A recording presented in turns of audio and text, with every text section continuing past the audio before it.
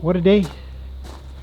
We've got a little bit of this, a little bit of that. Now it's sunny, clear-ish, but if you look at the ground, it was raining. Very busy day. It's the first time I've been able to get the camera out to show you guys what's up, what's going on. Horses are great. Everybody's taken care of. Got some great progress done. Thank you again, David, for lending an extra set of hands. Very, very, very helpful. A little bit sleepy. She's a dozy one. She's been kind of watching and paying attention, and now I just finished lunch. I had a big lunch, starving. And check us out. So, part 2 of this paddock build. Now, admittedly, even if I had the camera out, most of the time would have been spent with me digging gravel and then spreading gravel and then raking gravel and then all that business. That's no fun. So I'll give you the rundown really quickly, because this, has a likelihood of being its own paddock. Maybe, we'll see. I think for the most part it'll just be one big paddock with 2 shelters. So with the idea that there's going to be another horse, I have to make sure to fix everything, make sure there's enough material. And it's a funny thing when you go to build a paddock, if you've got sort of softer, lumpier ground and stuff, everything starts to settle. So as I've said before, like that paddock or that shelter sort of sunk a little bit. So this one's been able to settle. This ground over here is a little bit harder, so it's good.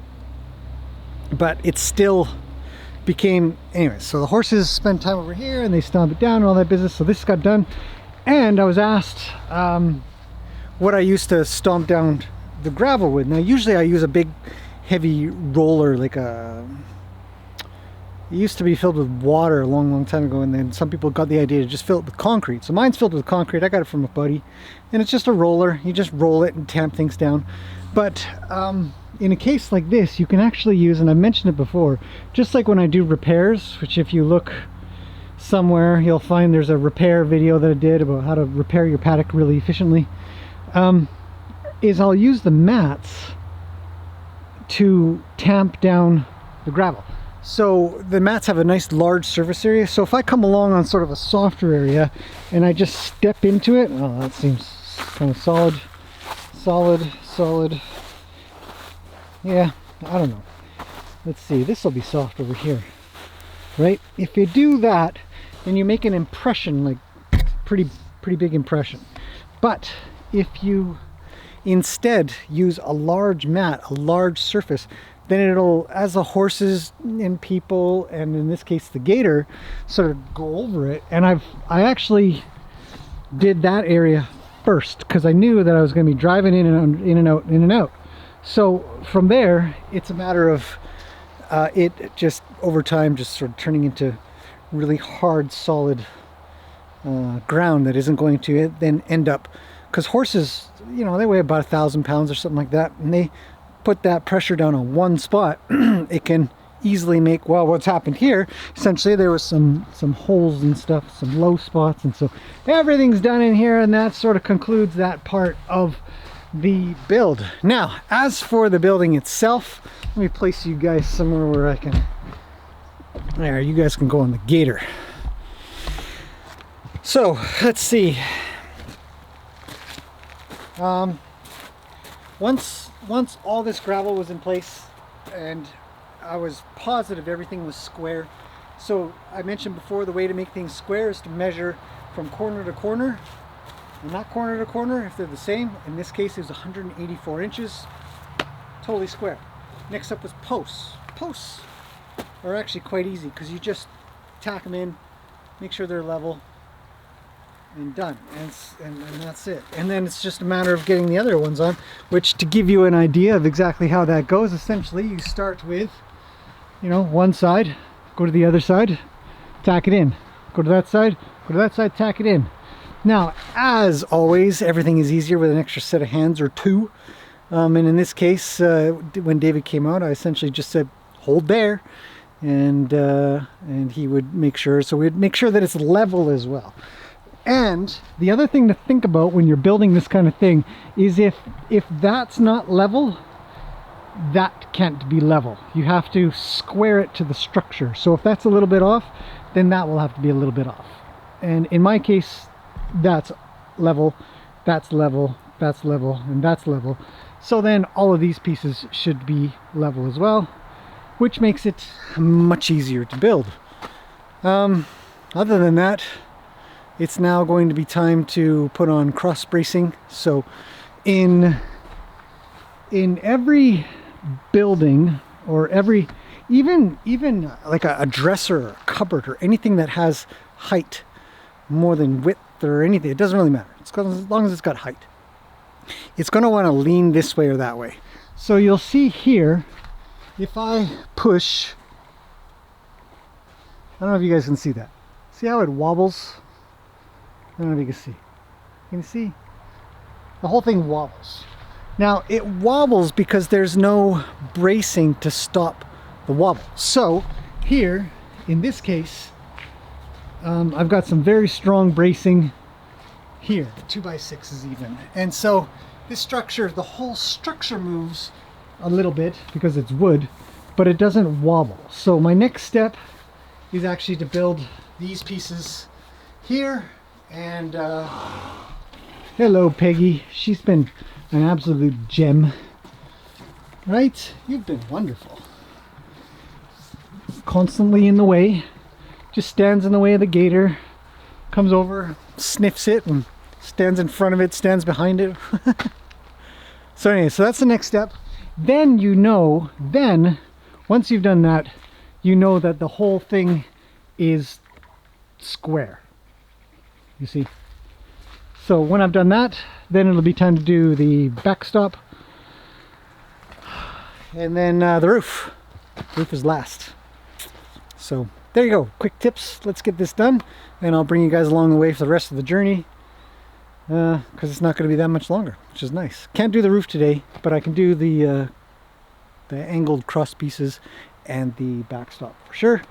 And that'll make this thing very, very solid. And then it's just a matter of putting on the roof. It's done. Yay!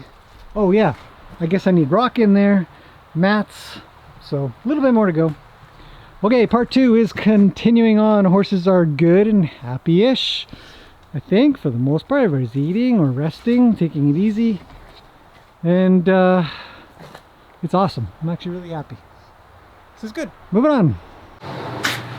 Okay, so it's a chop saw. In case anybody's kind of interested in doing carpentry and stuff like that, or if you're going to own your own place, one of these things are super handy compared to a skill saw because it's placed essentially on a desk or a table and allows you to come and cut stuff really precisely if you want to make up a jig, which means you can just, you know, put a piece in and have it go to a specific spot, cut, do another piece and cut. For me, I just find this so much handier. I could do this with a skill saw, but a chop saw it's just invaluable. Now, the thing we want to do here is make some of those angled pieces that is, it's going to stabilize the whole structure. So I'm going with 2x6 and 2x4 again. It's worked really well. I was going to do just 2x4s, but I find that the extra surface area of a 2x6 just works better. And makes it solid. These ones are old from the shelter that got knocked down from the tree, so I'm going to reuse these.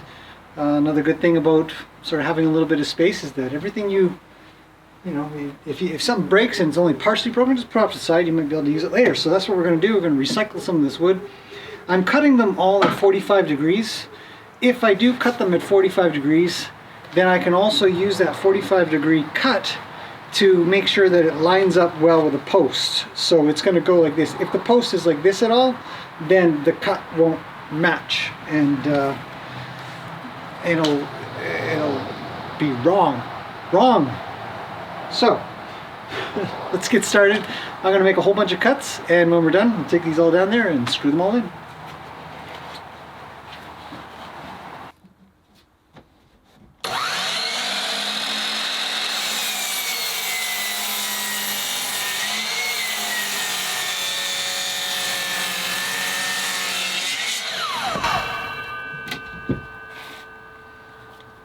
piece here,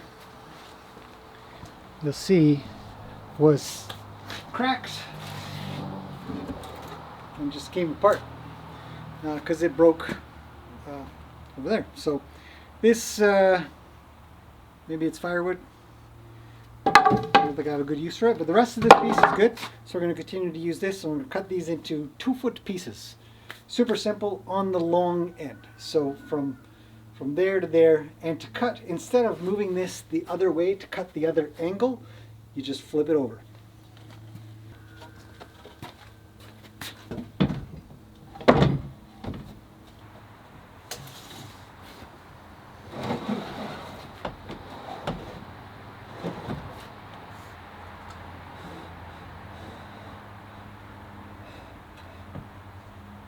I think it's a 2-foot piece that I cut. Okay, I just measured 2 feet and I thought that doesn't seem long enough. They're actually 3-foot pieces, so I might have to get some more 2x6. Anyways, 3-foot pieces times 8.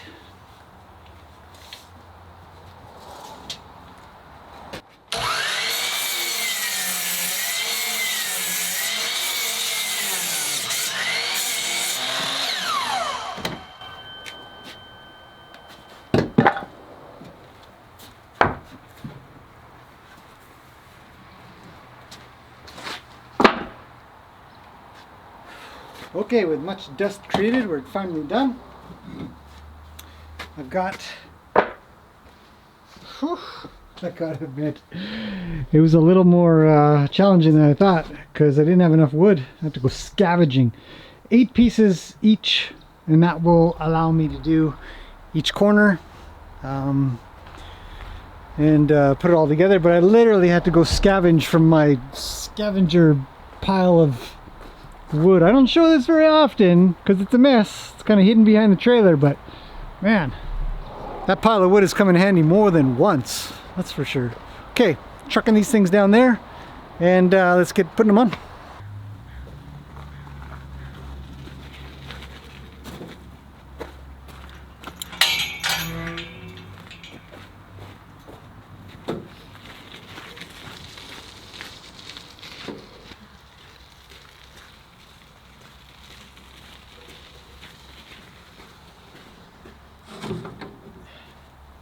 Okay, let's get started. Simple process, nothing exciting here. We're essentially going to install them the same way I put them on all the other ones. One 2x6 on the outside and a 2x4 on the inside. So here we go.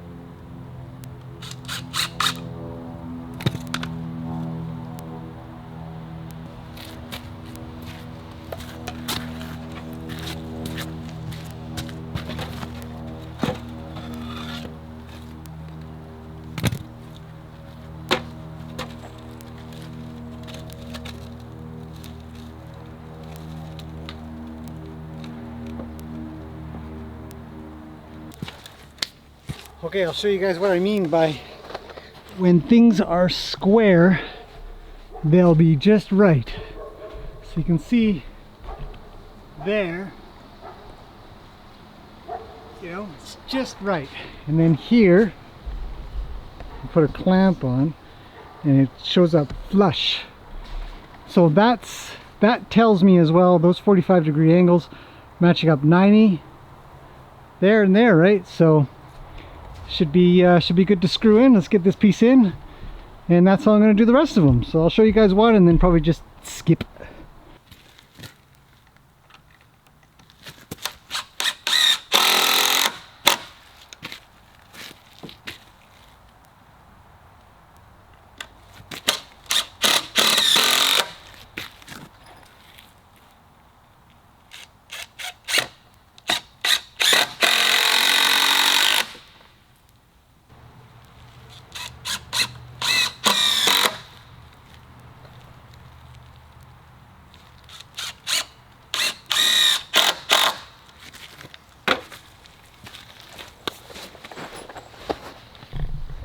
Okay, the 2x6 piece is complete. Let's move over to the other side to do the 2x4 piece. Now this is not something I picked up from anywhere. I didn't learn this from somewhere or anybody. I just kind of thought of it, so take it for whatever it's worth. But I think that having this extra 2x4 piece, and it will sit here,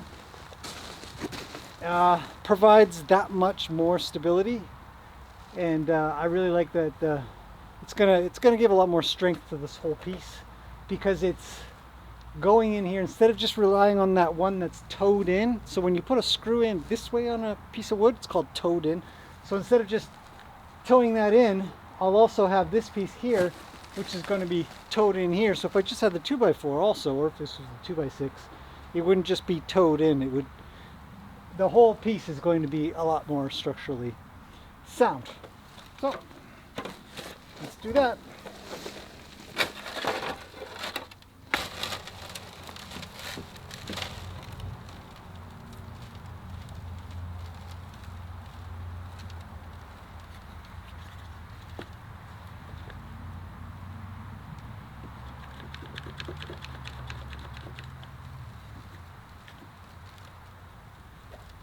I really can't stress how effective these little squeezy clamps are when you're working on your own.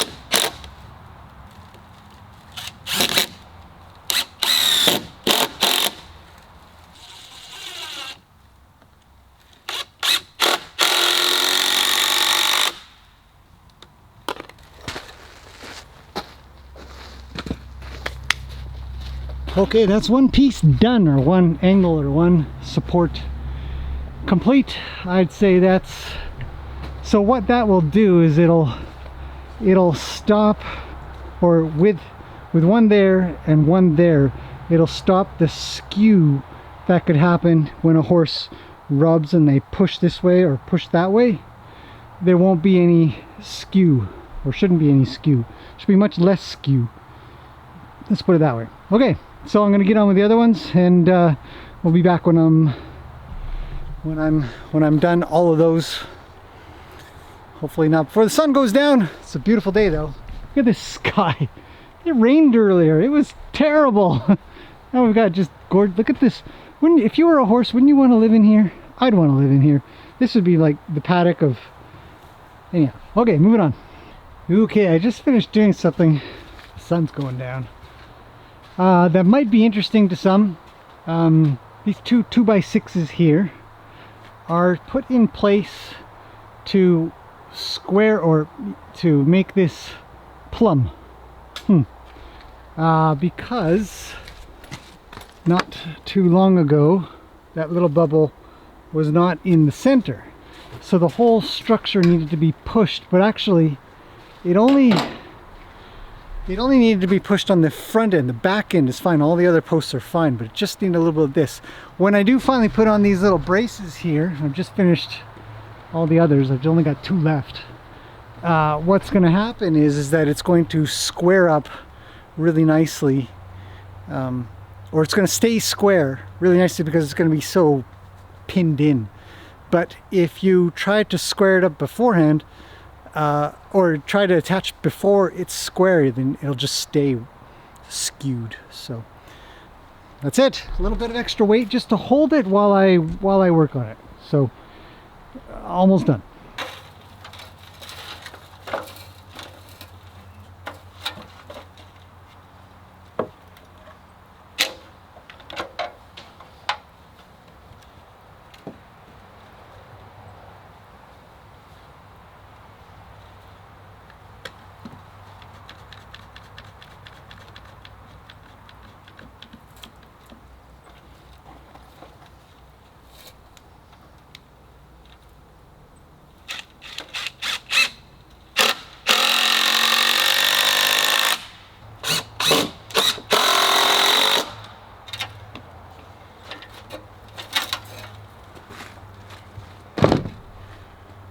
That was the last one, moment of truth.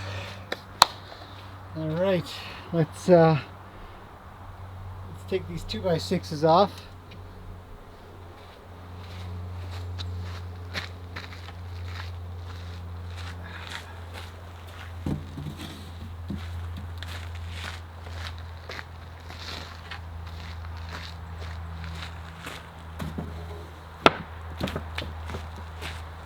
Okay, no editing or video cut. Let's see.